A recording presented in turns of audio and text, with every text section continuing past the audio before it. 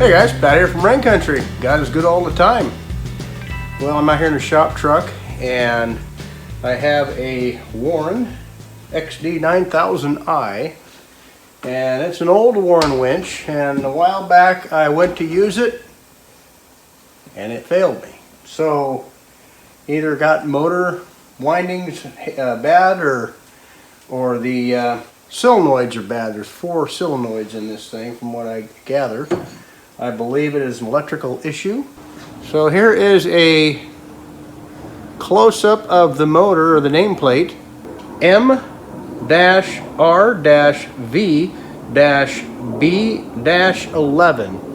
And the motor on the Warren winch is a MRV-B-7. The guy that ordered this from said it would work. It looks like it'll work. We will find out if it's going to work. So what I've done so far is I made sure that I could get on all of the nuts and bolts that have to come off of here. Got the right Allen wrench and loosened, just, you know, seeing if these crack loose. I didn't take them off. There are 3 Allen head screws on each side of this, and I've never done this before, so you're learning with me. I'm going to assume that the solenoids are inside this, behind this cover here, and obviously there are, let's see, 3/8 bolts on the back side of the motor. Well, let's go ahead and get started. This is a 13 millimeter. I went ahead and marked these. These have the same markings as the new motor. We have F2, F1, and A for alpha. So I got these marked accordingly, what, A, F1, and F2.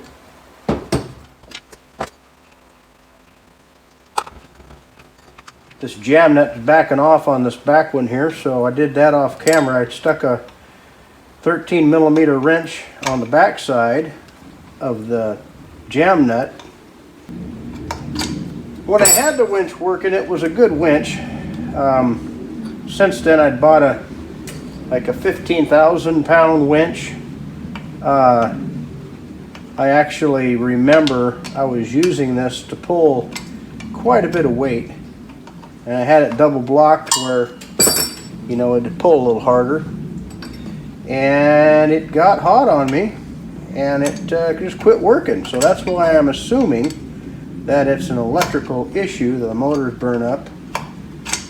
But now I have a plan to put this on the aluminum car trailer, and being that you're only supposed to put 5,000 pounds on the car trailer, 5,000, something like that, this will be more than adequate to pull anything up on that car trailer that I'm going to haul on that car trailer anyway. Okay, this already has jam nuts on it, so we don't need these jam nuts. Obviously I'll take these off and save them, because you never know when you might need an extra nut that size. I do that all the time. I always in my spare nuts and bolts bins. They're actually kind of getting picked through a little bit. As you guys know, fasteners are very expensive anymore. So anything I can take and throw back in the spare bolts bin, I do. This shield here, I'll have to put that on the new motor, obviously. Yeah, these 2 bolts have to come out. And I'll have to remove the bolts on this guy in order to get this on. Well, Cody was in here helping me a little bit ago, and he left me. He must be out chasing the birdies and the rats.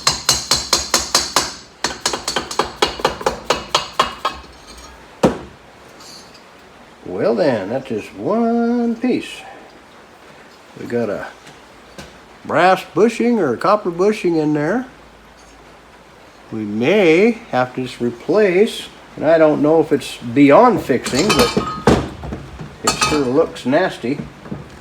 I wonder if a guy could just clean that up and make it work again. Hard telling. But I'm in here.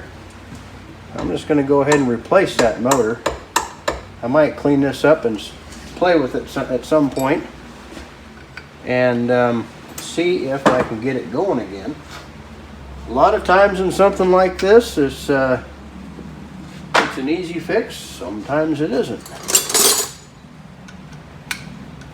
12 millimeter.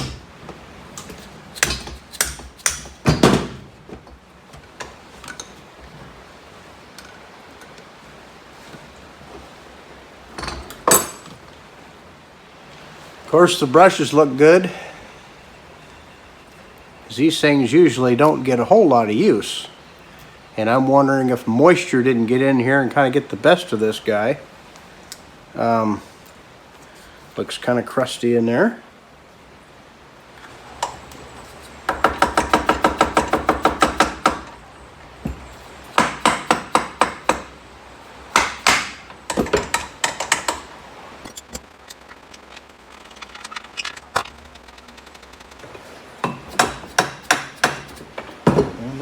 There that is.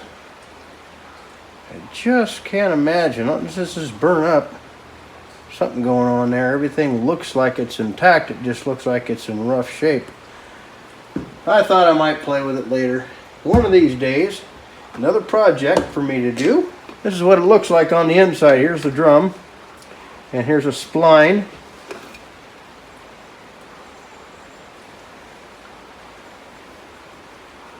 That's what the spline goes into.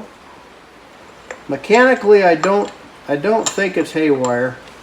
Obviously if this doesn't work after I replace all the electronic components, then of course we will have to look into the gears and such.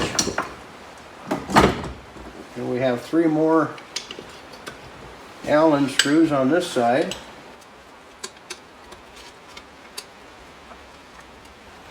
Well, out here the water gets to everything, and I see a lot of aluminum powder coming out of these. So I think when I put these back together again, I will put a little bit of marine. I like using this Corrosion X here. It's expensive, but it's pretty good stuff. I think I'm going to number these as well. All the relays are the same. Well, I'm going to have to look into this a little bit better now that I know what these relays look like. See if I can get an identification number on them and order up some new ones. I'll check the motor and see if it's going to fit on this.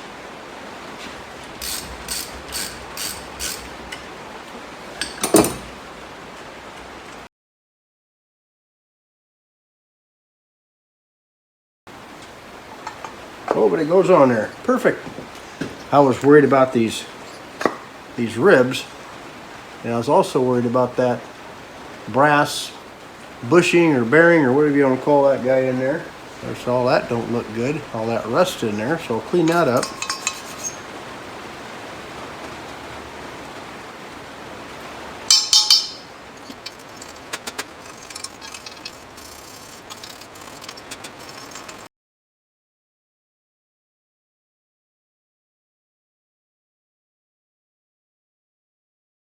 There's a little detent stud right here. And looks like everything lines up.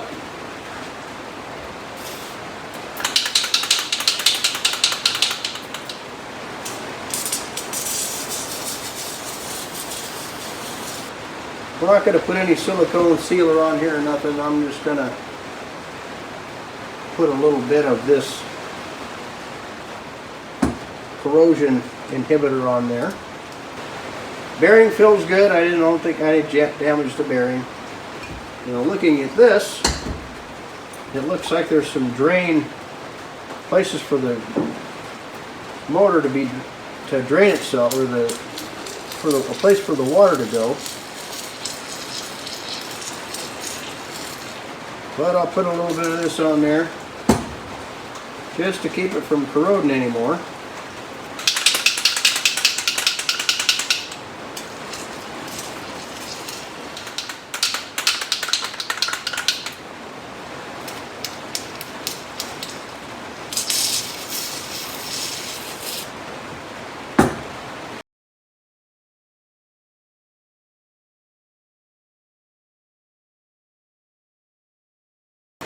just cleaning up this ring. I'm not sure what this does in here. That if this turns inside here, something obviously does. And I'm going to assume that this is something that needs to be cleaned. And it looks like it's something that could use a little bit of lubricant.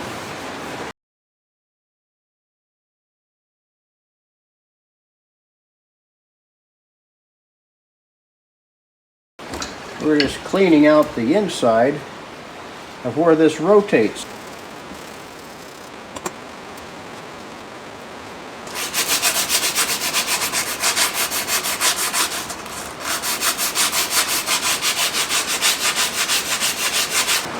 What are you doing, buddy? Hey, are you harassing the wildlife out there? Huh? You're soaking wet.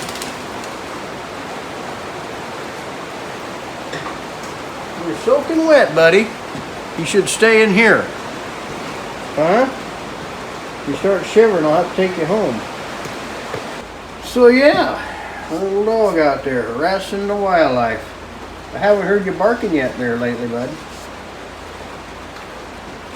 Anyway, well, we won't put grease in it. We'll just put some of this in there.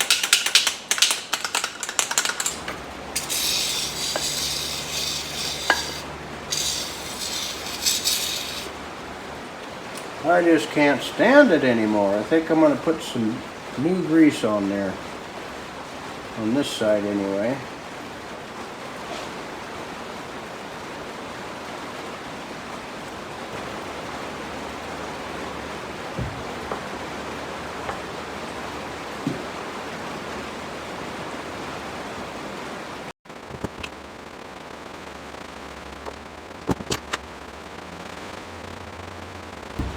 So you see where that splits on the top?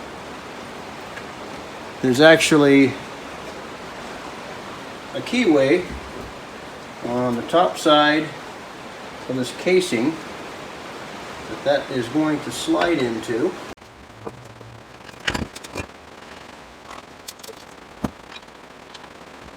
I'm just going to loosely assemble these two Allen bolts back into this crib here, or carriage or holder of these relays or solenoids, and see if I can get this back together. There's that detent right there, and up here there is a, let's see, up in here, I don't know if you can see that or not, there is a keyway that's cast into this piece here, and all that's got to line up with the gearing. Battery went dead the other day on the camera, and so I finished out replacing the motor on the winch. And so what I thought I would do is I would show you what I had to modify on it and kind of go through a mock-up of what I did. Again, here's the motor, but in the very end of the motor there is a hole in the end of the spline on the shaft here, and I had to drill that out. So I established on the other motor that was a 1/4 inch hole on the end of this, and I'll show you why there has to be a hole. There's a little shaft that runs through here from the gear end of the winch. I went ahead and figured out it was a 1/4 inch.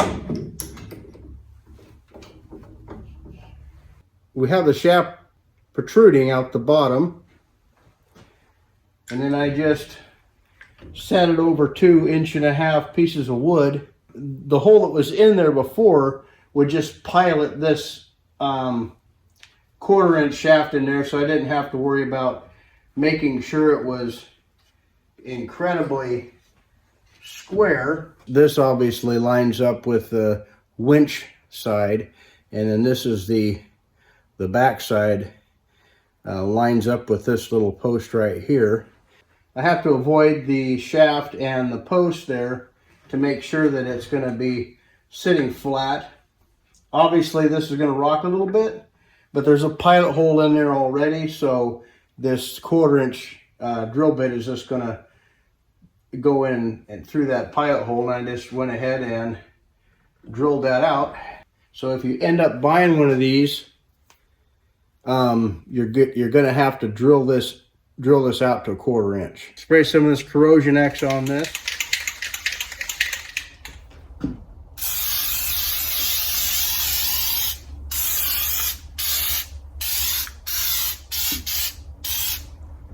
And that'll keep the rust down. In the end here, you have the gears, and they have to mesh in with the rest of the end of this spool. So there's a little detent right here, and obviously that is going to match up with this slit here. Okay, so as you can see, there's a little shaft in the bottom of this, and actually the spline of the motor on that motor shaft encompasses that. It goes over top of that little piece. So we have to make sure that this is all the way down, because that shaft, those splines, if this thing is out, it'll keep it from recessing. So you got to spin it just to where it'll fall in there. And then we have to line up this piece right here. There's a little detent protrusion that comes out and goes into the slot on this, I guess, bearing.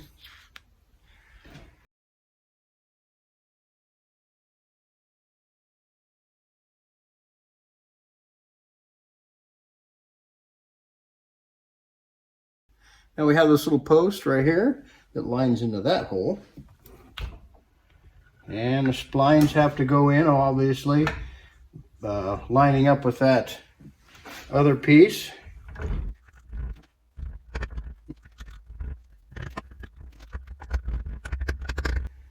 We'll replace the plate that came with the new motor and put the original Warren cooling fin plate on the back side, and there's only one way it can go on.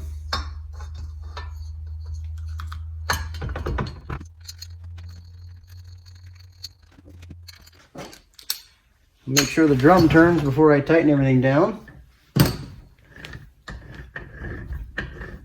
I have it in free spool right now, obviously.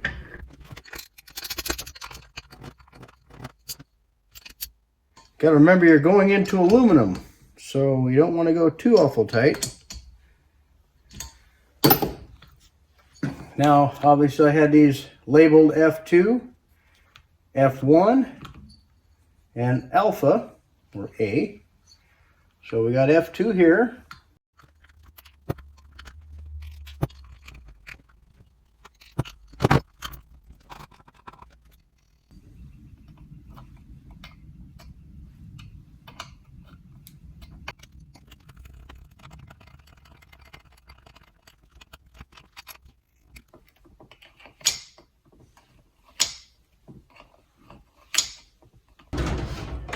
This bolts to the bottom of the motor for grounding. Now go over to the back of the machine.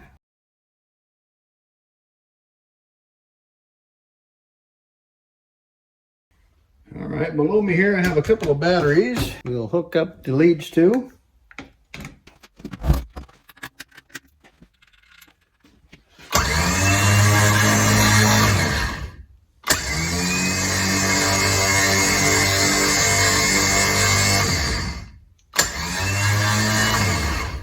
Well, I'd say that's a win. Yeah, I hooked this up before.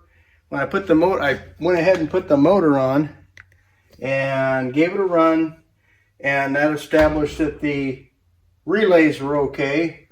These ones are different. I mean, I guess they're good relays, but they're not any good for this because they wouldn't fit in there anyway. So I'm glad that the motor fit and the relays were okay. I just have to put the cable back on.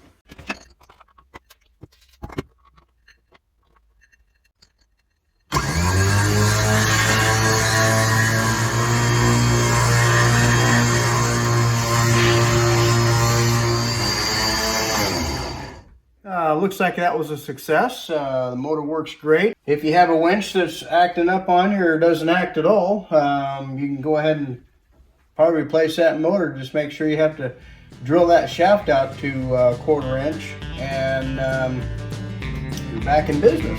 Hope this helped you out. Take care. God bless.